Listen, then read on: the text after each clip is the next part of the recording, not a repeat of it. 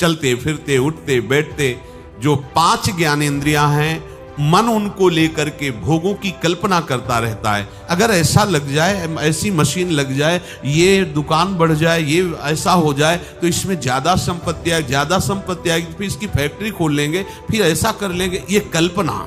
परसों हमने समोसा चटनी पाया था, अगर आज बने तो फिर बहुत स्वाद था, वैसे ही बनाओ। तृष्णा। अगर प्रभु की प्राप्ति की बात हो तो कहीं कोई भी किसी तरह की समस्या तुम्हें परास्त नहीं कर सकती। अगर आप शास्त्र सम्मत चलेंगे तो जितने लोकांतर के सुख आपके चरणों में लुटेंगे, जितनी सिद्धियां हो सब आपके सामने हाथ जोड़े खड़ी रहेंगी। ये भगवत मार्ग है, तुम्हें हमारी कसम है।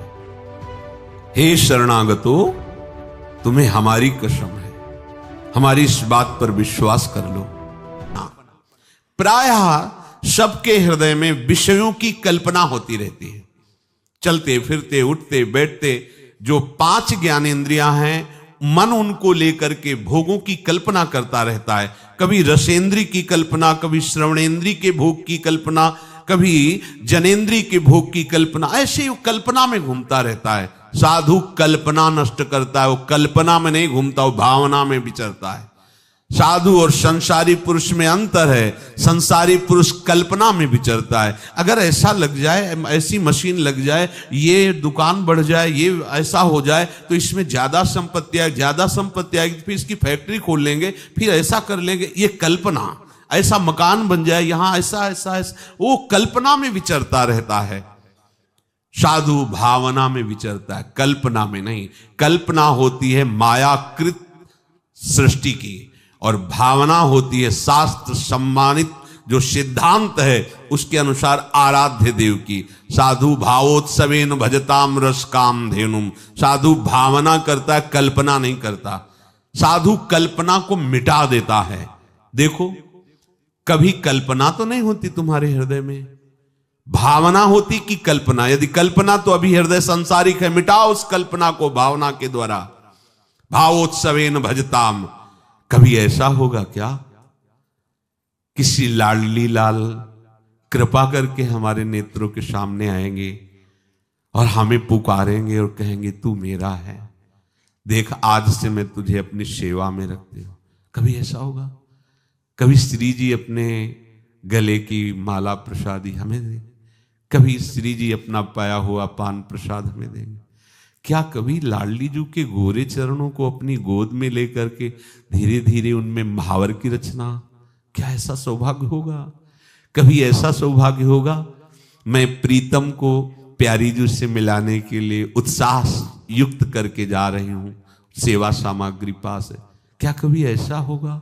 वृंदावन में हम प्रेम उन्मत्त होकर, शरीर की कोई शुद्ध नहीं, लाडली लाल के प्रेम में विवश होकर, क्या कभी ऐसा होगा? यह है भावना। जो आराध्य देव के प्रति प्रतिपल ऐसा चिंतन हो उसे कहते भावना में। और वही भावना सिद्ध हो जाती है तो क्या सब घट जाता है। वो देखता है ये कर रहा है, वैसे ही सब प्रतिपल सेवा में मगन है। साधु कल्पना मिटाता है। अब आपको देखना है इनमें से कि आप क्या हो, खुद अपने हृदय में देखो। तभी कहते श्रवणेंद्री को मजबूत करो। जब आप अपने हृदय को देखोगे कि ये सारे दोस्त तो हम में ही हैं, तो अभिमान नहीं रह जाएगा। और अभिमान का गलित होना सारे सद्गुणों को प्रकाशित करना है। दैवी संपदा का बुलावा है, और अभिमान आ गया तो आई हुई दैवी संपदा भी अंतर्ध्यान हो जाती है और आसुरी संपदा आ जाती है। साधु एक ही चीज मिटाता है, चाह। अगर चाह बनी हुई कुछ भी प्रभु के सिवा, तो ये साधुता का कलंक है। कोई भी चाह नहीं। चाह मिटी, चिंता मिटी, मनुआ बेपरवाह। जाही न चाही कबहु कछु न चाही। ये हमारी सिद्धि है, परमार्थ के पथिक की ये सिद्धि है, न चाही। और यहां गुरु न चाही, सिद्धांत न चाही, प्रभु न चाही, पर ये चाही। कैसे कैसे परमार्थ के पति को, चाहे कोई भी हो, शास्त्र प्रमाणित तुम्हारा हृदय होना चाहिए। नहीं तो बनाओ, आए हो परमार्थ मार्ग में। परमार्थ का पथिक चाह मिटाता है, चाह। अगर कोई भी चाह प्रभु के सिवा है, परमार्थ के पथिक को आगे नहीं बढ़ने देगी। मान लीजिए बात, तृष्णा, भोगे हुए विषय को पुनः भोगने की इच्छा का नाम तृष्णा है, वो चाहे किसी भी इंद्रिय का विषय हो। परसों हमने समोसा चटनी पाया था, अगर आज बने तो फिर बहुत स्वाद था, वैसे ही बनाओ। तृष्णा, सुने हुए, देखे हुए, सूंघे हुए स्पर्श सुख, रसेंद्रीय सुख, कोई भी भोगे हुए विषय को पुनः भोगने की इच्छा का नाम तृष्णा है। सुनो इसे, मनन करो, इसे उतारो। जब तुम्हारे अंदर मांग हो तो देखो, तृष्णा की मांग तो नहीं है ये। कभी भी जीवन में कभी भी जो भोगे हो उसके संस्कार हैं, अनंत जन्मों के संस्कार हैं। उन्हीं को भस्म करने के लिए तो परमार्थ के पथिक बने हो। जो दुर्वासना मम सदा परिकर्षयंती, उसी को भस्म करने के लिए तो साधना कर रहे हो, और काहे की। कभी भी ये तृप्त नहीं होती, चाहे जितना खा जाए कभी नहीं तृप्त होती। योग वासिष्ठ में बहुत इसका वर्णन है कि उपासक इस तृष्णा रूपी डाइन से बच जाए, ये कभी आघाती नहीं, भोगते रहो, भोगते रहो। एक ही भोग नहीं, जो भी भोग इंद्रियों के हैं उनको पुनः भोगने की इच्छा का नाम तृष्णा है। कलह, आपस में किसी भी तरह का बैर विरोध तभी होता है जब दूसरे से हमारी मांग होती है अनुकूलता की। ये कलह शब्द वहीं प्रकट होता है जब सामने वाले से मांग होती है अनुकूलता की, और जब हम अपने कर्तव्य का पालन करते हुए उसके अनुकूल के रहने की बात करेंगे तो कलह शब्द है ही नहीं। धर्म से हमारा क्या कर्तव्य सामने वाले के प्रति, इसका पालन करोगे, कभी कलह नहीं हो सकती। कलह तभी होती है जब सामने वाले से अपनी अनुकूलता की मांग होती है, तभी कलह प्रकट हो जाती है। चाहे वो कोई घर का हो, पड़ोसी हो, देश का हो, विदेशी हो, कोई भी हो, तभी कलह होगी जब सामने वाले से अपनी अनुकूलता की मांग होगी। यदि अपने धर्म से, अपने कर्तव्य का पालन सामने वाले के प्रति करें तो कभी कलह नहीं हो सकता, कहीं भी कलह नहीं हो सकता। साधु कलह को नष्ट करता है, साधु कलह युक्त नहीं होता, कलह का नाश करता है। लक्ष्य क्या है? केवल रसेंद्री की तृप्ति के लिए, केवल पांच भौतिक शरीर के आराम सुख के लिए ये मार्ग नहीं है। ये मार्ग तो इसी बात के मिटाने के लिए है, इसी बात के मिटाने के लिए। पर समझ कहां आती? समझ है ही नहीं। अगर प्रभु की प्राप्ति की बात हो तो कहीं कोई भी किसी तरह की समस्या तुम्हें परास्त नहीं कर सकती।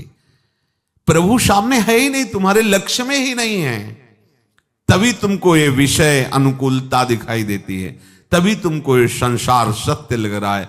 भूल मत करो, बहुत बड़ी भूल है।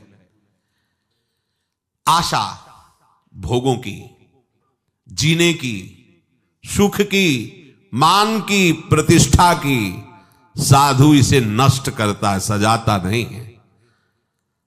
जब हमारी चाह ही नहीं है इस बात की, तो इसके विपरीत मुझे कुछ मिले तो दुख भी नहीं होगा, क्योंकि हमारी इसकी चाह ही नहीं थी। अगर है भी तो इसे मिटाना है, ये आशा हृदय में नहीं रहनी चाहिए। ना तो जीने की, ना तो किसी भोग सुख की, ना तो मान प्रतिष्ठा की। आशा ही परमम दुखम, नैराश्यम परमम सुखम। इस मार्ग का उपासक आशा को नष्ट करके नैराश्य में बदल देता है। उदासीनति रही गुसाई, कहां समझ में आता है? क्या सुना है? कहां उदासीनता जगत के प्रति है? नहीं, भक्ति के प्रति उदासीनता है, सिद्धांत के प्रति उदासीनता है। और जगत के भोग ये मित्र लगते हैं, ये प्यारे लगते हैं। आशा का नाश करो, तभी साधु बन सकते हो। जिस मार्ग में आप चल रहे हैं बार बार नहीं मिलता।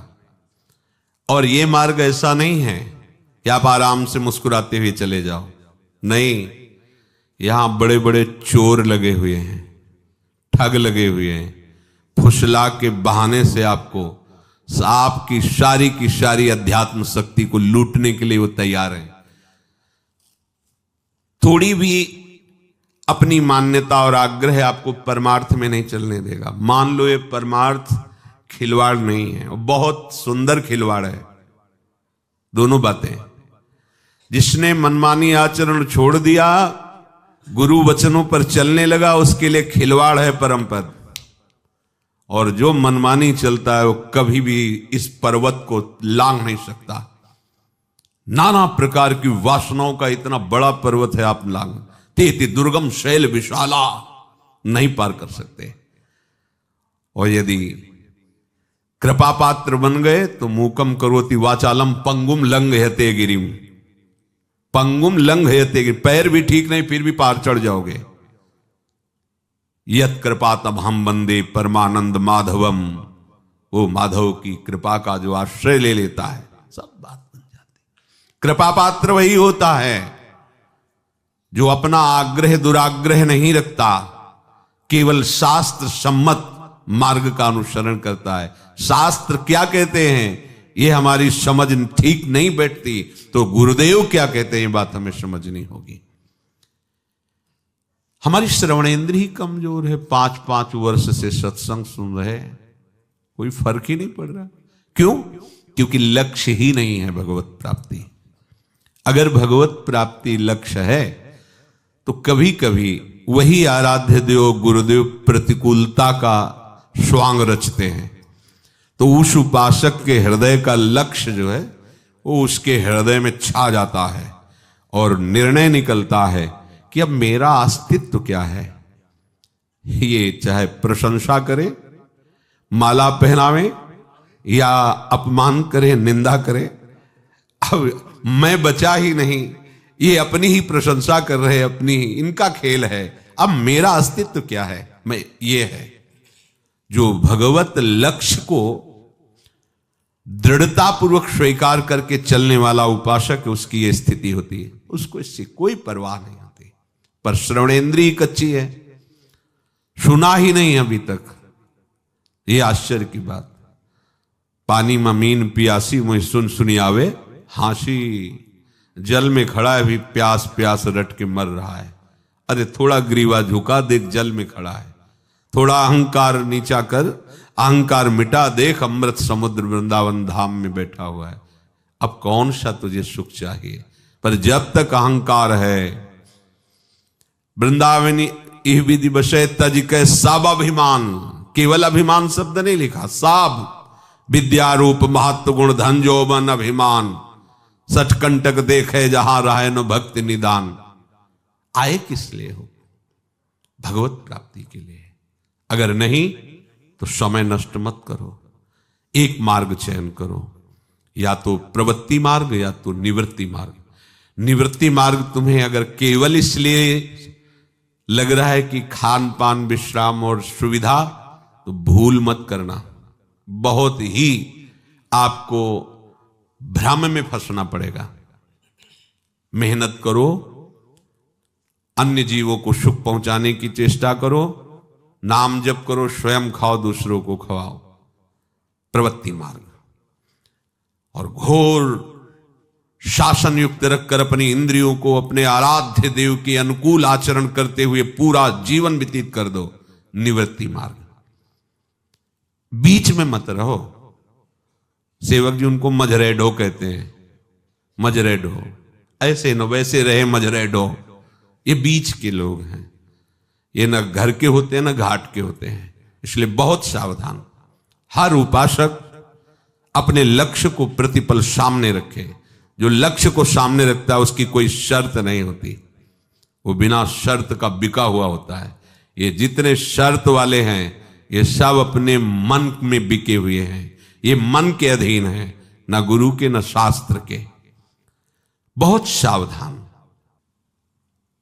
अगर आप शास्त्र सम्मत चलेंगे तो जितने लोकांतर के सुख हो आपके चरणों में लुटेंगे, जितनी सिद्धियां हो सब आपके सामने हाथ जोड़े खड़ी रहेंगी। ये भगवत मार्ग है। इसके लिए थोड़ी आपको भगवत मार्ग का प्रयोग करना है, ये तो बाधा रूप से आपको घेर लेंगी। इसके लिए हमें आराधना थोड़ी करनी है, ये हमारा लक्ष्य थोड़ी है। सही पूछो तो लक्ष्य को ढकने के लिए आपको घेर लेंगी।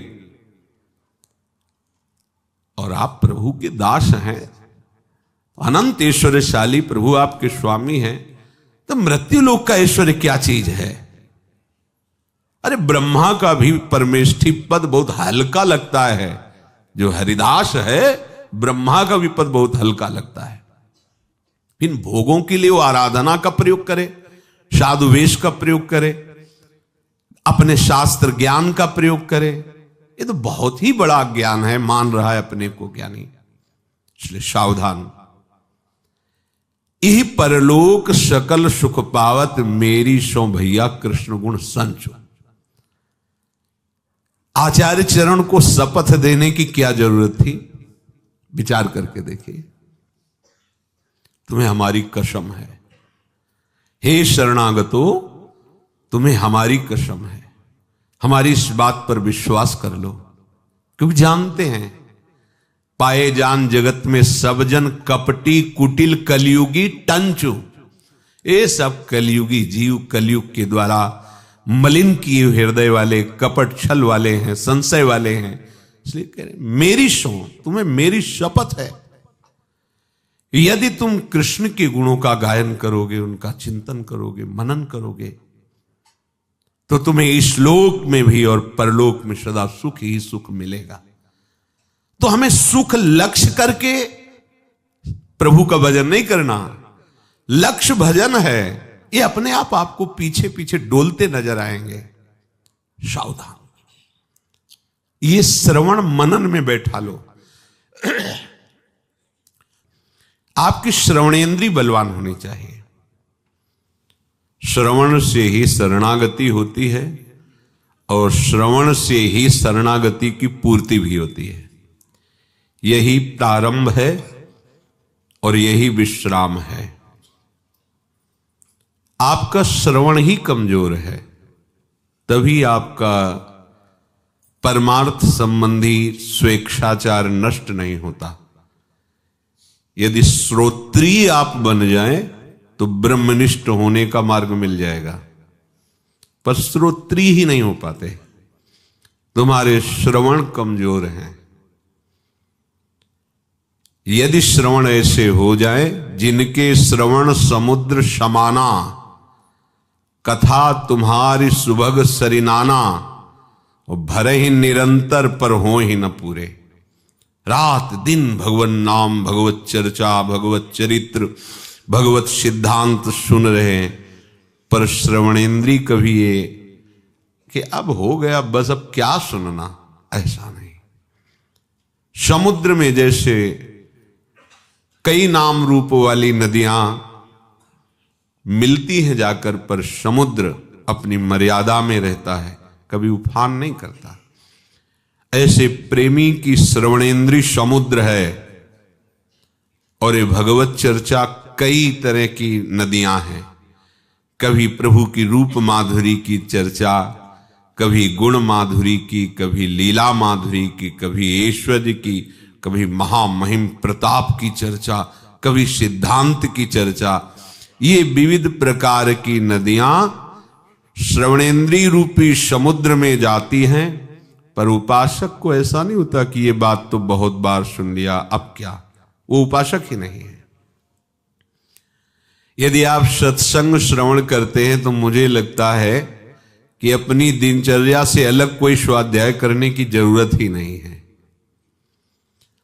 जैसे गाय खाती है घास और भूस, पर वो परिवर्तित करके महामहिम दुग्ध के रूप में तुम्हें देती है, ऐसे बड़ी कठिन तपस्या, बड़ी साधनाएं करके महापुरुषों ने शास्त्र का अनुभव किया और वो अमृत में दुग्ध तुम्हें श्रवणेंद्री से पान करा रहे हैं। तुम्हें अब घास खाने की जरूरत नहीं है, भूस बटोरने की जरूरत नहीं है। तुम्हें तो दूध और घी मिल रहा है, खाओ और स्वस्थ हो जाओ, स्वस्थ अपने स्वरूप में स्थित हो जाओ। जो शब्द सुने उसे अपने में देखें कि है कि नहीं है। अगर अपने में नहीं है तो उदास होकर उसे धारण करने के लिए तत्पर हो जाना चाहिए। यही उपासक का लक्षण है। अगर मनमानी आचरण, तो हमें लगता है कि उसका लक्ष्य ही नहीं बना भगवत प्राप्ति। नहीं, ऐसा कैसे हो सकता है? कोई भगवत प्राप्ति का लक्ष्य बना के फिर शास्त्र और सदगुरुदेव के विरुद्ध आचरण कैसे कर सकता है? कर ही नहीं सकता। उसका हृदय भयभीत हो जाएगा, उसको भारी अशांति हो जाएगी कि जीवन है किस लिए मेरा। पर जिन्होंने लक्ष्य बनाया है विषय, शरीर सुख आराम, और वेश बनाया है उस सुख और आराम के लिए, वो कभी शास्त्र सम्मत मार्ग में चल ही नहीं सकते।